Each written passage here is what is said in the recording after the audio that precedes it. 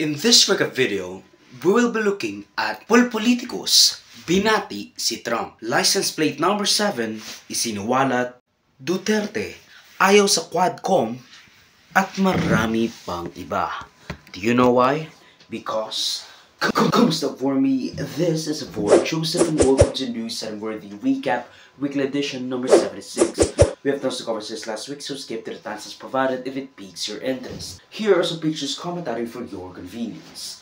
Pulpoliticos, binati si Trump. Duterte, Tolentino, De La Rosa, Padilla, Zubiri, President Bongbong Marcos Jr. What do they all have in common?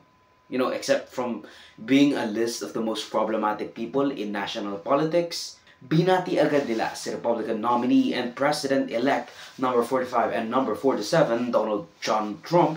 Binati agad nila si Republican nominee and President-elect number 45 and number 47, Donald John Trump, nang maabot nito ang 270 threshold ng Electoral College, winning the majority of the votes at Electoral College vote for the first time in history against Vice President Kamala Harris. Now, you know, I understand BBM congratulating him, pero sila De La Rosa, na sinasabing kumpadre niya si Trump, you know, kaya makakabreak ako ng US, you know. Sobrang saya ako kasi makakabreak na ako ng US kasi si Trump na yung presidente. Well, you know, Zubiri with his pro-gun and anti-women's rights at anti-woke agenda na pinagsasabi niya nung kinongratulate niya si Trump, which, by the way, is very stupid. Kahit nga yung mga red states, in-enshrine ang abortion as a right. You just like the fact na he will reduce the taxes for the wealthy, fuel the tension against China in the West Philippine and South China Sea. Look, to those people, unless you're the president, an ambassador to the country, or your voice won't matter that much, you don't have to suck up sa kanila, lil bro. You're an Indio. I'm an Indio. They won't remember you. Don't out yourself dahil nakaka-turn off kayo. I made a beautiful cover ng graceful na kudeta sa'yo with compassionate undertones. Sinabi ko na, you know, you were just trying to enforce the independence of the Senate against the executive branch of the government. Sinabi mo, di ba, na merong powerful forces that are, or that there are powerful forces that be, and you know, they forced you to resign. They left you no choice but to resign. You know, and I kind of like that. I kind of respected that.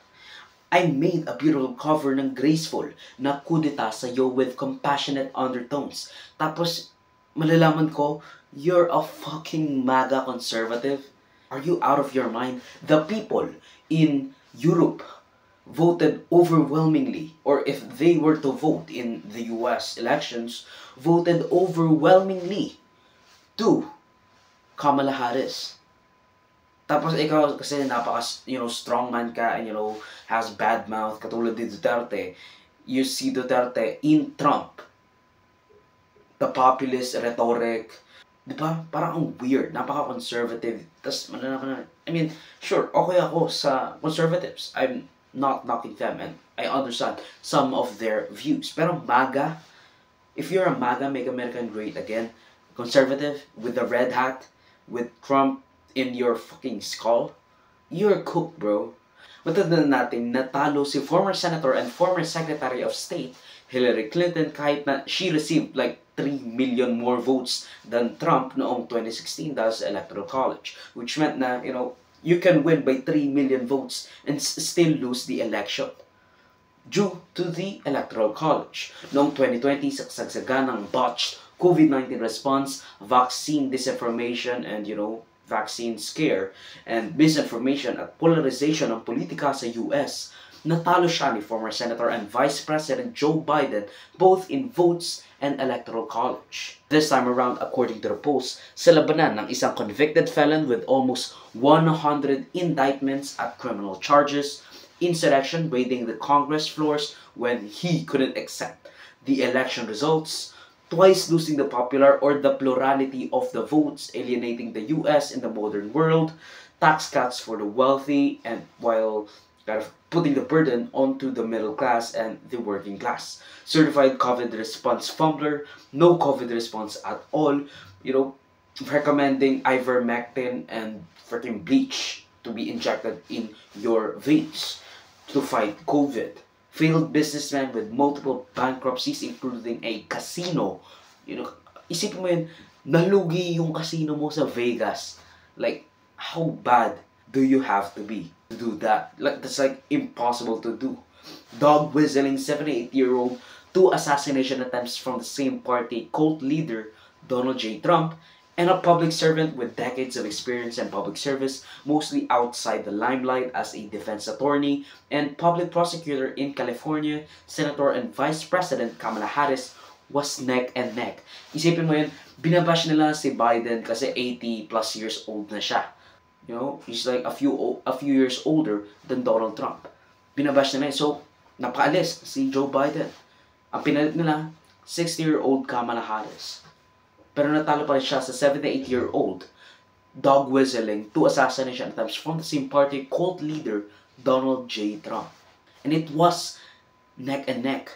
I mean, parang it's so obvious naman na kung sino ang dapat iboto ng mga Amerikano, but, you know, all contraire, mon ami. It's obvious kung sino ang iboboto nila, pero not as close as the polls would have suggested dahil Trump won against Harris with the popular and electoral vote as he wins the crucial swing state of Pennsylvania, pushing him over the 270 vote threshold. Si Trump ay ang unang convict na presidente ng United States at dahil ang kanyang mga kaso ay nasa state level, baka hindi niya mapardon yung kanyang sarili, which could open up the whole can of worms dahil nga, you know, the president being in state jail sa Georgia dahil sa kanyang election interference case nang pinapahanap niya yung Secretary of State ng Georgia ng mahigit 11,000 votes para manalo siya sa eleksyon noong 2022 against Joe Biden.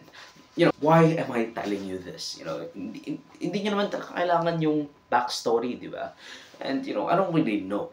Gusto ko lang talaga i-cover itong news story na ito because I remembered when Kamala Harris announced her bid for presidency and I was like, meh, I don't really care. Tapos nung nalaman ko, ang kanyang running mate ay si Governor Walz, I was inspired. I was like, oh my God, this is really happening. Like, this is a guy who stayed out of the limelight and passed legislation after legislation. You know, freaking Bill Clinton without the sexual misconduct thing in his governorship in Minnesota. Anything, he should have run for presidency. But anyway, that's besides the point. Maybe they're too young para sa mga Amerikano. You know, they want someone with experience. You know, 78-year-old and 82-year-olds.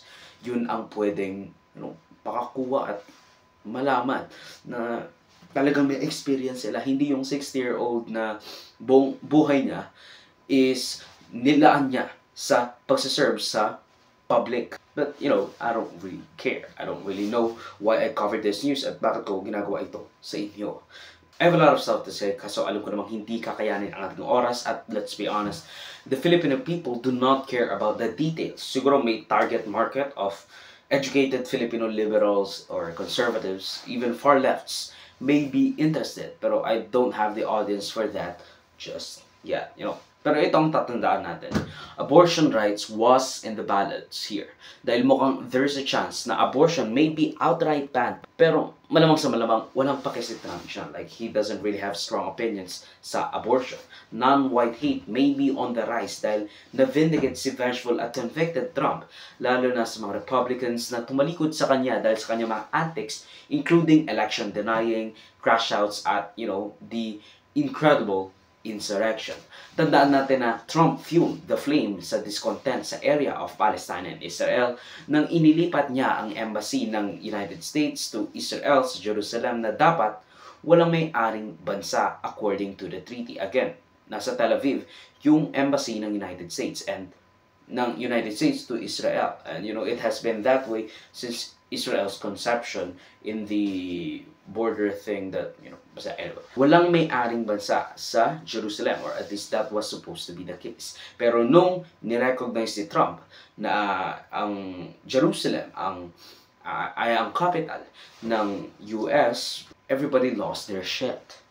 And it fueled the tension and whatever. He's also proud friends with a lot of Nazis, homophobes, racists, dictatorial dicks, incels, white supremacists, gun-toting, eating dog whistling, vaccine and climate change denying, and many more caricatures. I guess that would be a fun thing to push. Trump also crashed the economy amidst COVID by printing trillions of dollars at budget deficits.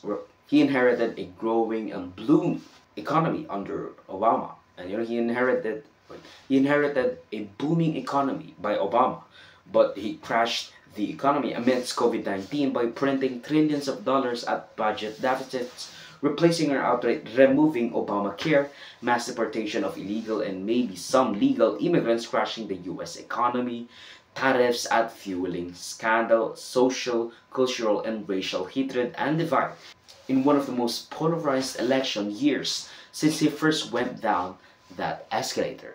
License plate number 7, iniimbestigahan. EDSA Carousel. The pride and glory of mass public transportation enthusiasts at Gadget Addict content for the past few months has another spotlight on its immaculately decorated brutalist lane in EDSA. Isang SUV ang dumaan at nakatakas sa mga traffic enforcer na nanguhuli ng mga gumagamit ng EDSA bus lane to cheat the everyday deadlock traffic ng one of the most congested road in the Philippines and in the world, with Manila losing $18 billion estimated back in 2016. I mean, imagine how much it would be now.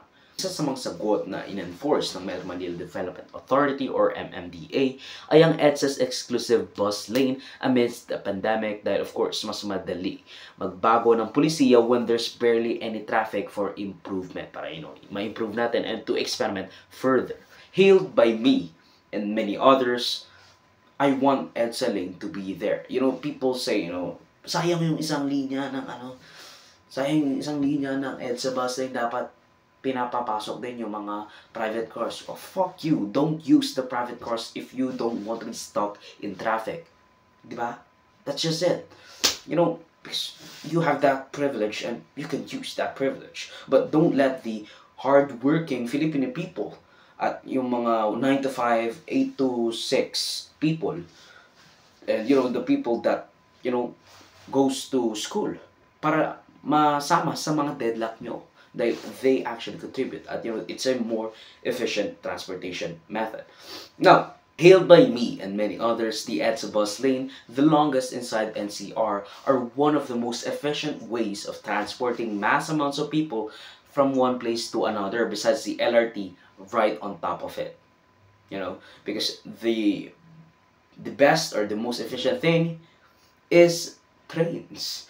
Ine-emphasize ng MMDA na no one accepts buses, on-duty ambulances, President, VP, Senate President, House Speaker at Chief Justice ng Pilipinas lang ang pwedeng gumamit ng bus lane. Kaya talamak ang mga nahuhuling kamote drivers. The license plate number 7 na SUV apparently did not get the memo dahil inattempt pa atang gulungan itong female traffic enforcer na nag-stop sa kanya. Ang ginawa after niya atang i-attempt na gulungan ang ating traffic enforcer just doing their job is that they backed it up despite numerous attempts ng ating mga enforcer na patigilin ang ating embattled SUV driver na mukhang malalagot sa owner ng license plate number 7 at nag-reverse para makatakas sa mga otoridad sa open thing. Gagawin sila tapos diretso sila. Then they won't know who or where he is. Ang mga license plate ay merong maliit na subset para sa mga truly important people sa Pilipinas na exempt sa exclusion ng EDSA busway for 99.999999999% of vehicles na dumaan sa EDSA. Those were the aforementioned President, VP, SP, HS, and CJ. And ang license protocol plate number 7 ay para sa mga senador. So we already know kung sino yung mga pwedeng maging suspect ng kung sino man ang may-ari ng SUV na yon. Senate President Cheese Escudero urged LTO para ilabas ang pagkakakilanlan ng Senator SUV owner na ito, with LTO saying na wala silang in-issue na plate number 7 para sa isang SUV na nakita natin sa EDSA busway. But, nadiskubre after a little more digging na may koneksyon ng SUV na ito kay Senator Sherwin Gatchalian ayon kay Senator Tulfo, finding the link between the owner of the vehicle and the senator. Basically, nang sumrender yung driver ng SUV na illegal na gumamit ng EDSA busway with the fake protocol plate number 7 ay employee ng Orient Pacific Corporation na may-ari ng vehicle na yon. Sinabi niyang walang nag-utos sa kanya bagkus nagmamadali lang siya kaya niya sinubukan, of which it doesn't really end well. I mean, when will y'all learn? Right now, we are conducting an investigation po. Paano po nangyari yun? We will cooperate with the investigation. We will make a formal statement once we have finalized that investigation. The company sincerely apologizes for what happened. Hindi po namin ginusto yun. Ako po'y nagkasala sa yung paglabag sa regulasyon ng batas na pumasok po ako sa EDSA. Ako po'y humingi ng pasensya. Hindi ko po gusto na yung ginawa ko sa aking pagkakamali. Hindi ko po ninais na makasakit sa enforcer na pumara sa akin. Now, sinabi ni Tulfo ng SUV na pagmamay-ari ng Orient Pacific Corporation ay may shareholders. Isa sa mga shareholders na yon ay ang ama at brother ni Senator Sherwin Gatchalian. So, I guess siguro alam niyo na no kung sino, kaya lang ayaw na magsalita.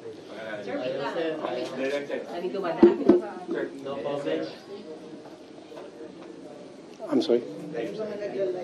Live. Naka-live na tayo.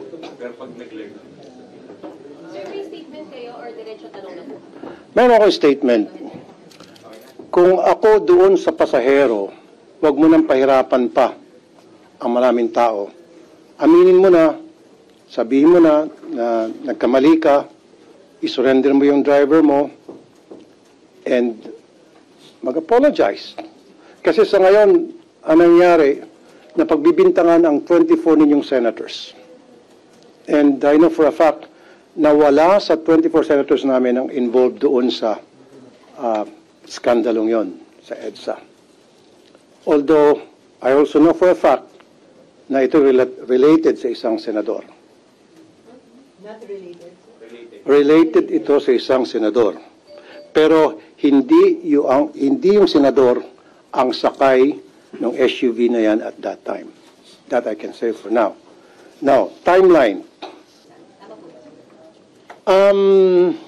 Yung intel na binigay sa akin, yes. Kilala nyo na yung kamag-anak and the senator, sir? Sir, Yes. pero lumalabas kasi na yung car na yun ay ginagamit ng company na listed under the names of William and Kenneth Gatchalian. Tama sa information. Tama ba? Information ka? Galing sa yan. This is information. Well, ang may-ari ng sasakyan ay yung Orient Pacific Corporation na kung saan board members nga yung mga binanggit mong pangalan. Sino po yung board member? Binanggit niya. William and Kenneth Gatchalian. Anong pangalan? William and Kenneth Gatchalian. Okay. You have the same information? Quote him. Sir, same information, just to confirm. Yes. Okay. Base sa intel ko, mukhang tumutugma. At validated yung intel na yun, sir? Well, A1 info yung sa akin. Sen, hindi ito. Alam naman natin, this is not the first time that this happened. I think Senator Sherwin Gatchalian hasn't responded yet to the accusations that, Senator Tulfo has leveled against him. I guess, the advice I would give is don't let your father reuse your plate number or something like that. Sir, yung Pacific Orient, nako-connect lang po sa inyo, sir, yung plate, yung special plate 7. Can you confirm po kung sa family, sa kapatid niyo po yung... Kahapon nanood ako ng news at nakita ko na yung representative ng company may statement na, tapos nakita ko rin na nagbayad na ng fine. So, iwan na lang natin sa LTO kung ano yung kanilang desisyon at ano yung kanilang gagawin. Opo. Pero is it sa kapatid niyo po ba yun? Or sa brother niyo yung sasakyan, sir? Andun na sa LTO yung mga documents, no? So, iwan na lang natin sa LTO. I think that's, and meron na rin, sa pagkaalam ko hapon sa news, nag-i-investigate na rin sila. So, I think iwan na lang natin to. Posible po kayang sa inyo yung plate, pero nagamit lang po ng kapatid. Iwan na lang natin sa LTO, guys. Andun na sa LTO. Andun na siya, kaya mahirap naman mag-comment habang nag-iimbestiga sila. And the LTO naman ay on top of this situation. Sorry sir, pero nakausap niyo po yung brother niyo or yung father po ninyo, yung driver? So let's leave it at that for now. Sir, balak daw po bawasan na lang yung plate para po sa mga lawmakers. Any comment on that? Decision na ni SP yan. I think si SP will know the best. Alright? Thank you. Here are some more PH news for your convenience. Duterte ayaw pumunta sa Quadcom in a grand and empty gesture of spite. Sinabi ni former President Rodrigo Duterte na hindi siya dadalo sa November 7 House Quad Committee hearing na nanguna sa pag-iimbestiga ng mga extrajudicial killings sa war on drugs ng kanyang administrasyon. The House Quad Committee na binubuo ng Committee on Dangerous Drugs, Public Order and Safety, Commission on Human Rights and on Accounts. He was invited to the House Quad Committee as a kind of a resource person nang mag-drop at mag-confess si retired Police Colonel Garma patungkol sa kanyang role nang ipahanap raw sa kanya ni Duterte ang isang INC operatives na kanyang i-implementa ang Davao-style war on drugs right before Duterte formally took office. Again, I was skeptical dahil bakit niya pa sinama yung isang sekta? Can't you just say, a member of a huge religious organization or congregation, bakit niya sasabihin na INC pa? Bakit kailangan niya pa idawit yung respected religious institution na to kung wala namang connection ang management doon sa hinanap niyang police chief to carry out his Davao-style war on drugs? You're just making a lot of enemies for no apparent reason. Duterte said, noong unang beses siyang imbitahan na sinabi niyang, may sakit ako kaya hindi ako makapunta. They accepted the offer, they accepted the apologies and the excuse that Duterte made. A few days later, umattend si Duterte sa Senado. Doon niya nilabas ang lahat ng gusto niyang ilabas. Ayaw pa nga umalis matapos aminin meron siyang death squad. Pagtawag niya sa kanyang mga police chiefs as death squad commandos, pagsabi niyang pag-encourage niya sa mga police para i-provoke ang mga apprehended suspects na manlaban para meron silang rason para patayin yung mga nanlaban raw. We all know hindi siya pupunta sa House of Representatives Quad Committee dahil masyado itong maliit, or at least that's what I'm theorizing. Masyado itong maliit para sa kanya kasi sa Senado, kung ano-anong pinagsasabi niya, inaway niya pa si Sara because he knows that he will get a lot of attention there in the Senate. Pero sa House Quad Committee, mga nobodies yung mga nag-cheer sa mga posisyon dyan, di ba? Masyado rin maliit para sa kanya yung kamera. May sakit siya nung inimbita siya ng kamera ng lower house, pero overzealous sumagot nung nasa Senado. Ayaw pa nga umalis. Yung gusto niya pang sagot ng sagot. In that something. Kapag parang dinidisregard niya yung authority ng House of Representatives kasi nga mga nobodies yung nandyan, hindi kilala yung mga nandyan. So, I guess that speaks for itself. At yun ang pagkatapos ng news and worthy recap weekly edition for roughly the first week of November 2024. Mag-suggest more topics and corrections to the balita see if we feel I'm representing them in any way.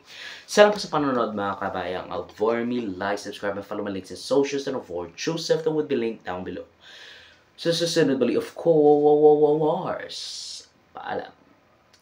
Peace.